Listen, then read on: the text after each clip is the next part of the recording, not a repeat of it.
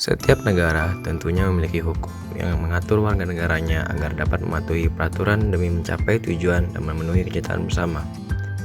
Namun, masih banyak masyarakat yang memperoleh keinginannya dengan cara yang tidak baik dan bahkan memicu tindakan pidana yang berbahaya bagi orang lain. Tindakan itu dapat disebut dengan delik. Lalu apa sih delik pidana itu? Kata delik berasal dari bahasa Latin delictum. Dalam hukum pidana Belanda, delik dikenal dengan istilah strafbaar feit. Dalam Kamus Besar Bahasa Indonesia atau KBBI, delik diartikan sebagai perbuatan yang dapat dikenakan hukuman karena merupakan pelanggaran terhadap undang-undang dan tindak pidana. Menurut Profesor Muljanto, tindak pidana itu adalah perbuatan dilarang oleh suatu aturan hukum. Larangan mana disertai ancaman atau sanksi yang berupa pidana tertentu bagi barang siapa yang melanggar aturan tersebut.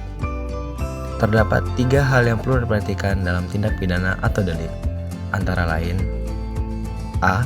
Perbuatan pidana adalah perbuatan oleh suatu aturan hukum dilarang dan diancam pidana. B. Larangan ditujukan kepada perbuatan atau yaitu suatu keadaan atau kejadian yang ditimbulkan oleh kelakuan orang, sedangkan ancaman pidana ditujukan kepada orang yang menimbulkan kejadian itu.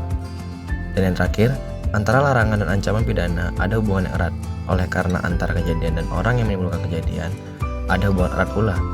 Kejadian yang tidak dapat dilarang jika yang menimbulkan bukan orang, dan orang tidak dapat diancam pidana jika tidak karena kejadian yang ditimbulkan olehnya.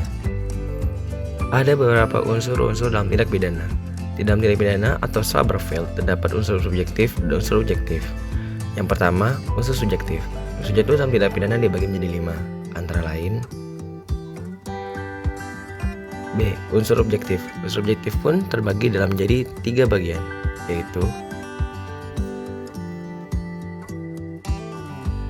jenis delik pidana ada bermacam-macam dengan kriteria pembedanya pun yang bermacam-macam, antara lain: 1. Delik kejahatan dan delik pelanggaran.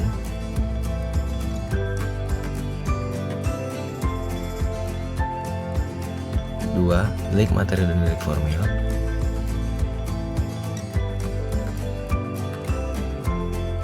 3. Delik dolus dan delik culpa.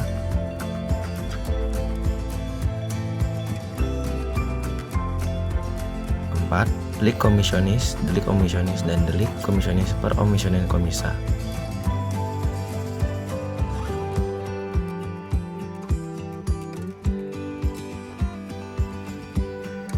5. Delik biasa dan delik aduan.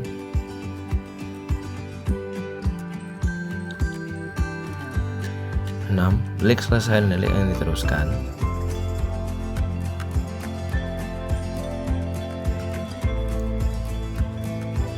8. Delik tunggal dan delik berangkai. Dan yang terakhir, delik sederhana dan delik berkualifikasi.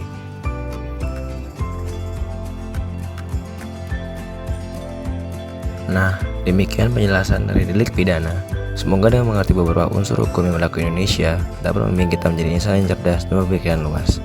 Terima kasih. Jangan lupa untuk selalu belajar dan untuk menjadi yang lebih baik.